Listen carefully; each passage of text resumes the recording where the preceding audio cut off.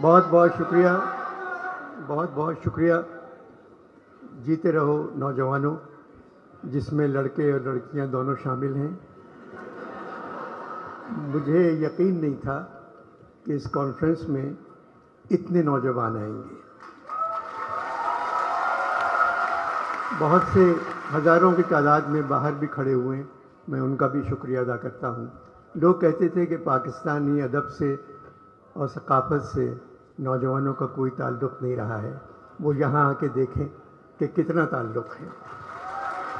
ان 3 دنوں میں کتنے لوگ آئے، کتنے بچے آئے، میں ان سب کا شکریہ ادا کرتا ہوں۔ میں پچھلے 3 دنوں سے لاہور کے سب سے پرانے ہوٹل فلیٹیز میں ٹھہرا ہوا ہوں۔ 1880 میں تعمیر ہوا تھا۔ میرے کمرے کی صفائی کرنے والی خاتون میرے خیال میں اس ہوٹل کی پہلی ملازمہ ہوں گی۔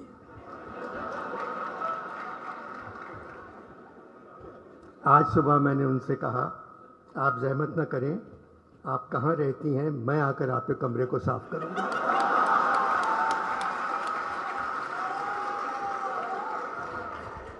خاموش ہو گئیں، پھر کہنے لگی، انور صاحب بالا گھر پر ہی رہتا ہے۔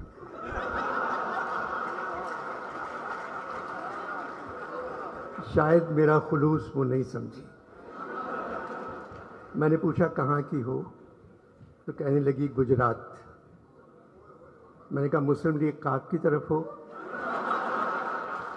بولی مسلم لیگوں نے قاعدے کی ایسی تیسی کر دی ہے، صرف کاف گاف بچ گئے ہیں۔ مجھے نہیں معلوم میں کس کی طرف ہوں۔ پڑھی لکھی ہو؟ میاں جی پڑھی لکھی ہوتی تو بے روزگار ہوتی۔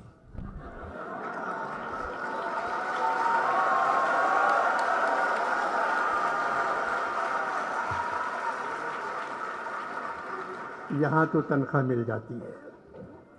بہت سے لوگ میرے کمرے میں پھولوں کے گلدستے چھوڑ گئے تھے۔ میں نے کہا آپ سارے پھول لے جائیں۔ بولی بالا زندگی عذاب کر دے گا، یہ پھول کس نے دیے ہیں، یہیں رہنے دیں، یہ کہہ کے چلی گئی۔ لاہور میں پھولوں کے موسم کی آمد ہے، مگر یوں لگتا ہے لاہور کے دل والے اس دفعہ پھولوں سے کہیں زیادہ الیکشن کے کھلنے کا انتظار کر رہے ہیں۔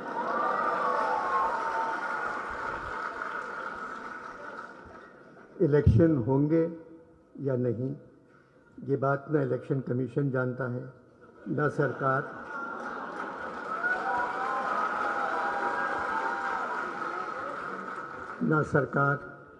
نہ عدالت، نہ خدا جانتا ہے۔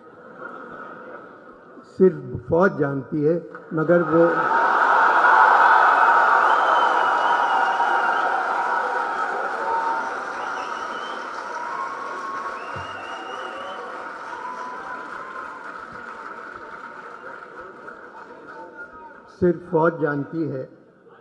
وہ بتا کر نہیں دے رہی ہے۔ حالات کی وجہ سے الیکشن کے ساتھ بھی کمیشن لگا دیا گیا ہے،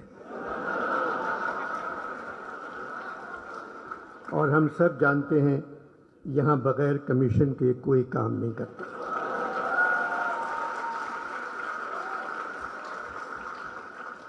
Pakistan literature festival, Karachi art council کے صدر محمد احمد شاہ رنگیلے نہیں ہیں، بہت اچھے انسان ہیں، مزدوروں سے زیادہ کام کرتے ہیں، ہر صوبے کے ادب کو زندہ رکھنا چاہتے ہیں، جو کام کرنا چاہتے ہیں کر گزرتے ہیں۔ شاہ صاحب کے ہاتھ سے مائکروفون چھیننا اتنا ہی مشکل ہے جیسے چھوٹے بچے کے ہاتھ سے جھنجھنا۔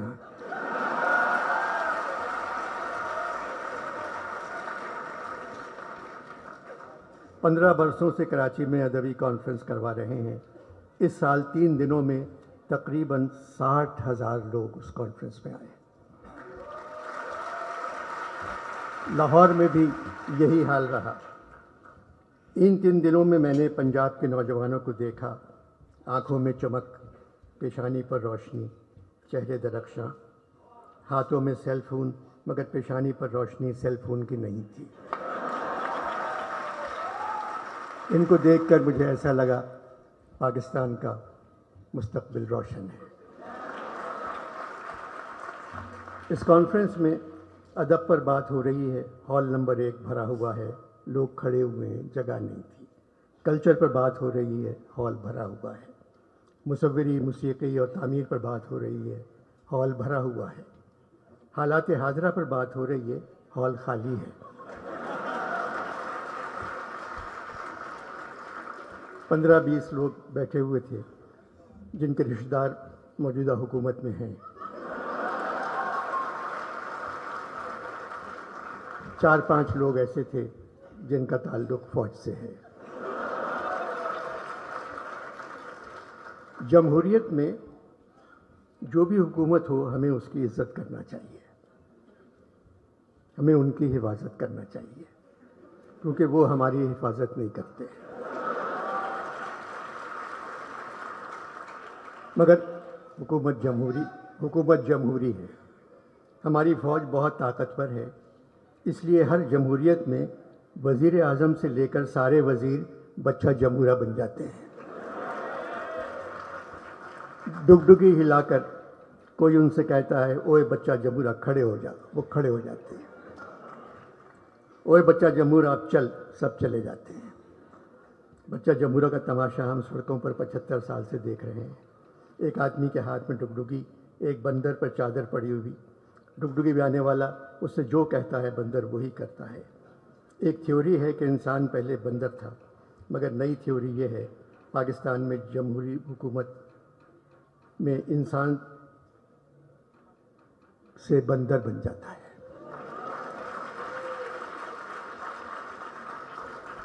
قصور سویلین کا ہے، وہ کچھ اچھا کام کر کے ہی نہیں دیتے۔ ہر حکومت میں جتنا اپنا خیال رکھا، اس کا آدھا خیال بھی عوام کا رکھتی تو ملک میں ماشاء اللہ کبھی نہیں آتا۔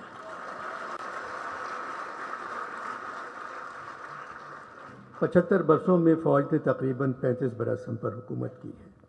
35 برس تو یوں ہی کہہ گیا، 75 برسوں میں تقریباً 74 برس فوج نے ہم پر حکومت کی ہے، آج بھی کر رہی ہے۔ اس میں فوج سے کہیں زیادہ ہمارا قصور ہے۔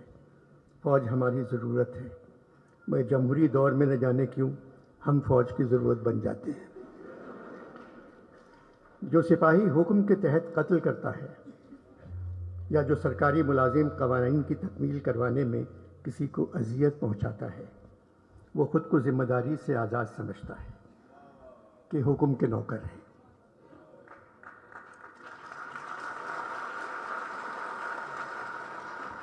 وہ کہتا ہے قانون ہم نے تو نہیں بنایا، وہ یہ بھول جاتا ہے کہ ہر عمل ایک عمل کرنے والے کی طرف لوٹتا ہے اور ان کا عمل بھی انہی کی طرف لوٹے گا۔ 75 برسوں سے جو یہاں غریب ہیں وہ آج بھی غریب ہیں۔ دادا غریب، باپ غریب، بیٹا غریب، پوتا غریب، نہ پیسہ، نہ تعلیم، نہ گھر، نہ کوئی مستقبل۔ ان کا کوئی حق نہیں، صرف ایک حق ہے، اگر غلطی سے کہیں الیکشن ہو جائے تو ان پہ ووٹ ڈالنا فرض ہے۔ 75 برسوں سے یہاں جو تخت پر بیٹھے ہوئے ہیں، دادا تخت پر، باپ تخت پر، بیٹا تخت پر، بیٹی تخت پر، پھر پوتا تخت پر، ایسا نہیں ہونا چاہیے۔ بہترین لوگ یقین سے محروم ہیں، جبکہ بدترین لوگ پرجوش وارفتگی سے بھرپور ہیں۔ احمد شاہ صاحب نے مجھے یہاں سنجیدہ گفتگو کرنے کے لیے نہیں بلایا تھا، مگر دل نہ ہنسنے کو چاہ رہا ہے نہ ہنسانے کو۔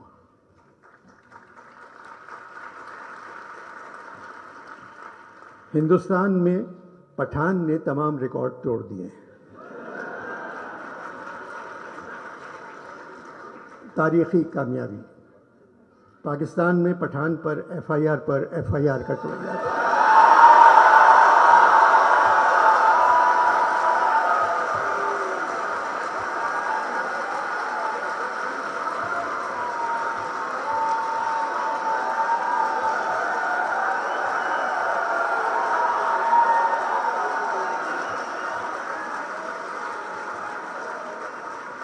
پاکستان میں پٹھان پر ایف آئی آر کٹوائی جا رہی ہے اور موجودہ حالات میں پاکستانی پٹھان کی کامیابی نظر نہیں آتی، مگر سنا ہے آنے والے الیکشن میں پاکستانی پٹھان کی ایڈوانس بکنگ ہندوستانی پٹھان سے زیادہ ہے۔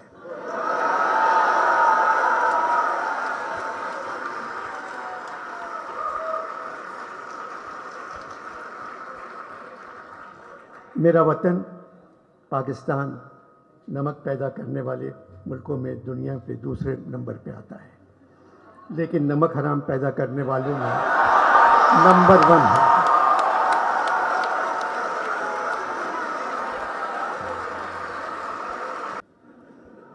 سیلاب سے کہیں زیادہ ہم لوگ قرض میں ڈوبے ہوئے ہیں۔ IMF سے بات چیت ختم ہو گئی، ان لوگوں نے کشکول کا منہ 50 گنا بڑھا کر ہمارے ہاتھ میں تھما دیا۔ اب کیا کریں؟ امیر پریشان ہیں کہ ڈالر مہنگا ہو گیا، غریب پریشان ہے روٹی مہنگی ہو گئی۔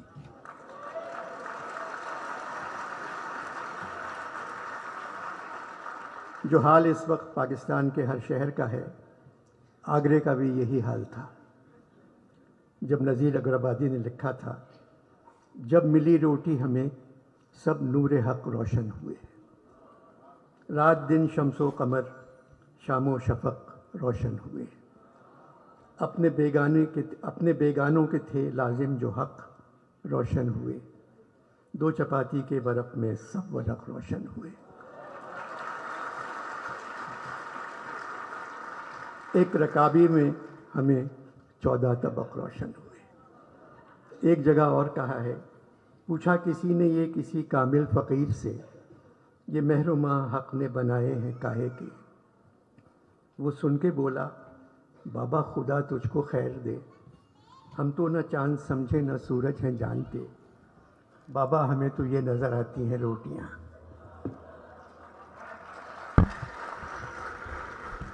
75 سالوں سے جو بھی حکومت آئی، ہم نے صبر سے اس کا مقابلہ کیا، کیونکہ ہمیں یہ قول یاد ہے کہ شیطان بھی بھیس بدل کر کام کرنے میں ہمیشہ کامیاب رہتا ہے۔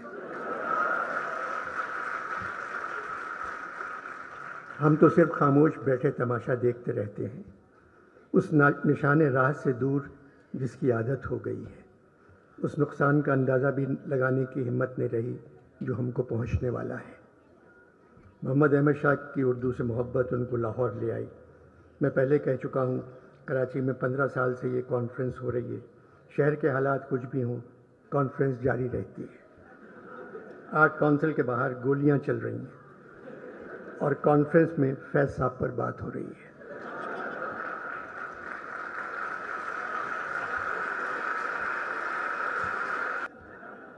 کہ نہ جانے کاتب وقت نے، میری جان آج کا غم نہ کر، کہ نہ جانے کاتب وقت نے کسی اپنے کلمے بھی بھول کر کہیں لکھ رہی ہوں مسرتیں۔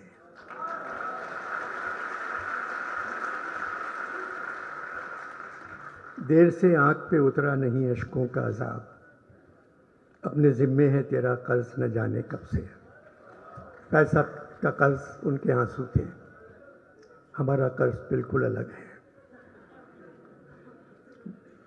موسم گل ہے لاہور میں، فیض صاحب نے کہا یہ موسم گل گرچہ طرف خیز بہت ہے، یہ موسم گل گرچہ طرف خیز بہت ہے، احوال گل و لالا غمیز بہت ہے۔ فیض صاحب ساری زندگی خلاف لکھتے رہے، مگر بڑی تہذیب اور تمیز سے، پھر بھی کچھ لکھ کر جیل چلے جاتے تھے۔ زندگی کا طویل حصہ جیلوں میں گزارا، مگر میں نے کبھی ان کو روتے نہیں دیکھا۔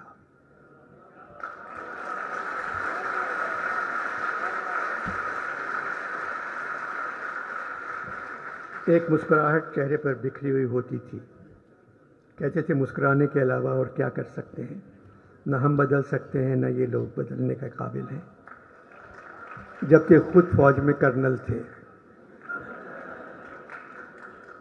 IMF نے حکومت سے کہا وزیروں اور سرکاری افسروں کے اثاثے بتائیں۔ ایک زمانے میں حکومت نے فیض صاحب سے کہا تھا اپنے اثاثے بتاؤ، تو فیض صاحب نے کہا ہم خستہ تنوں سے محتسب ہو، کیا مال منال کا پوچھتے ہو؟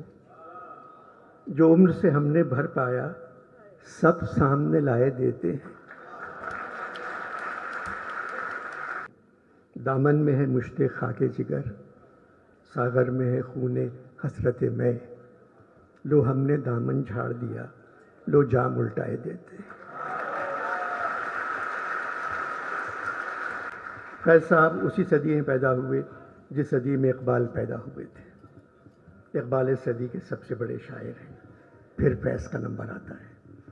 فیض صاحب نے اپنی دوسری کتاب کا نام دست صبا رکھا تھا۔ دست صبا بھی اقبال کے ایک مصرعے سے لیا تھا۔ اقبال نے کہا، میں صورت گل دست صبا کا نہیں محتاج، کرتا ہے میرا جوش جنوں میری قبا چاک۔ آخر میں جانے سے پہلے دو چھوٹی نظمیں ہیں، ایک زہرا نگاہ کی ہے، ایک فیض صاحب کی ہے۔ دونوں نظمیں آپ پہلے ضرور سن چکے ہوں گے۔ زہرا نگاہ کی نظم ہے، سنا ہے جنگلوں کا بھی کوئی دستور ہوتا ہے،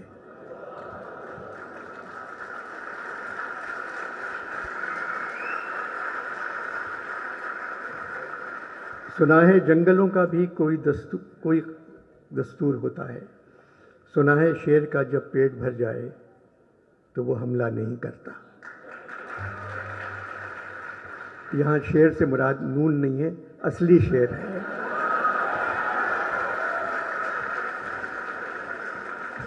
سنا ہے جنگلوں کا بھی کوئی دستور ہوتا ہے، سنا ہے شیر کا جب پیٹ بھر جائے تو وہ حملہ نہیں کرتا، درختوں کی گھنی چھاؤں میں جا کر لیٹ جاتا ہے۔ سنا ہے گھونسلے سے کوئی بچہ گر پڑے تو سارا جنگل جاگ جاتا ہے۔ ہوا کے تیز جھونکے جب درختوں کو ہلاتے ہیں تو مینا اپنے بچے چھوڑ کر کوے کے انڈوں کو پروں سے تھام لیتی ہے۔ سنا ہے جنگلوں کا بھی کوئی دستور ہوتا ہے۔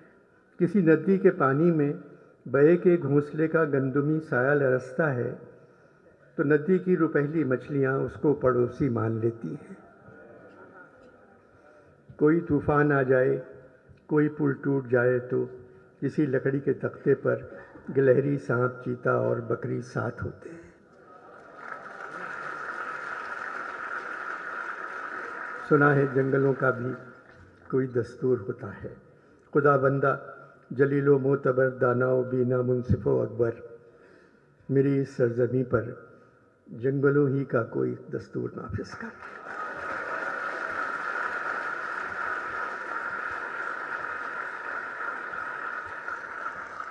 فیض صاحب کی آخری نظموں میں سے ایک ہے، چھوٹی سی نظم ہے، میری تیری نگاہ میں جو لاکھ انتظار ہے، میری تیری نگاہ میں جو لاکھ انتظار ہے، جو میرے تیرے تن بدن میں لاکھ دل فگار ہے، جو میری تیری انگلیوں کی بے بسی سے سب قلم نظار ہے، جو میرے تیرے شہر کی ہر ایک گلی میں میرے تیرے نقش پا کے بے نشاں مزار ہے۔ اب اس کے بعد چاہے پرشین پوئٹری ہو، چاہے فرینچ پوئٹری ہو، انگریزی ہو، یہ تشبیہ آپ کو کہیں نہیں ملے گی جو فیض صاحب نے دی ہے۔ جو میری تیری رات کے ستارے زخم زخم ہیں، ستاروں کے کونے نکلے، جو میری تیری رات کے ستارے زخم زخم ہیں، جو میری تیری صبح کے گلاب چاک چاک ہیں۔ یہ زخم سارے بے دوا، یہ چاک سارے بے رفو، کسی پہ راکھ چاند کی، کسی پہ اوس کا لہو، یہ ہے بھی یا نہیں بتا، یہ ہے کہ محض جال ہے، میرے تمہارے عنکبوت وہم کا بنا ہوا۔ عنکبوت مکڑی کے جالے کو کہتے ہیں۔ میرے تمہارے عنکبوت وہم کا بنا ہوا، جو ہے تو اس کا کیا کریں، نہیں ہے تو بھی کیا کریں، بتا بتا بتا۔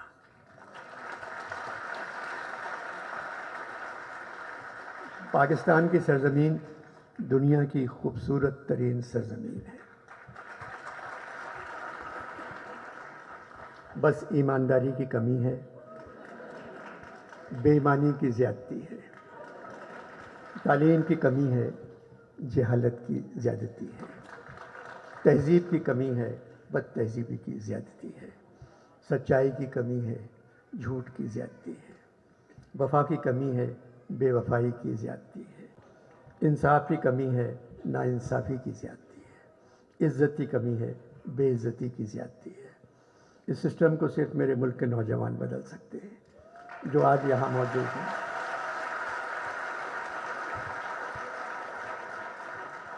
امجد اسلام امجد بھی نوجوانوں سے یہی کہتے ہوئے چلے گئے، پاکستان کے نوجوان بزم جہاں کی رونق ہیں۔ نذیر نے کہا تھا، رہیں وہ لوگ جو بزم جہاں کی رونق ہیں، ہمارا کیا ہے اگر ہم رہے نہ رہے۔ پاکستان زندہ باد۔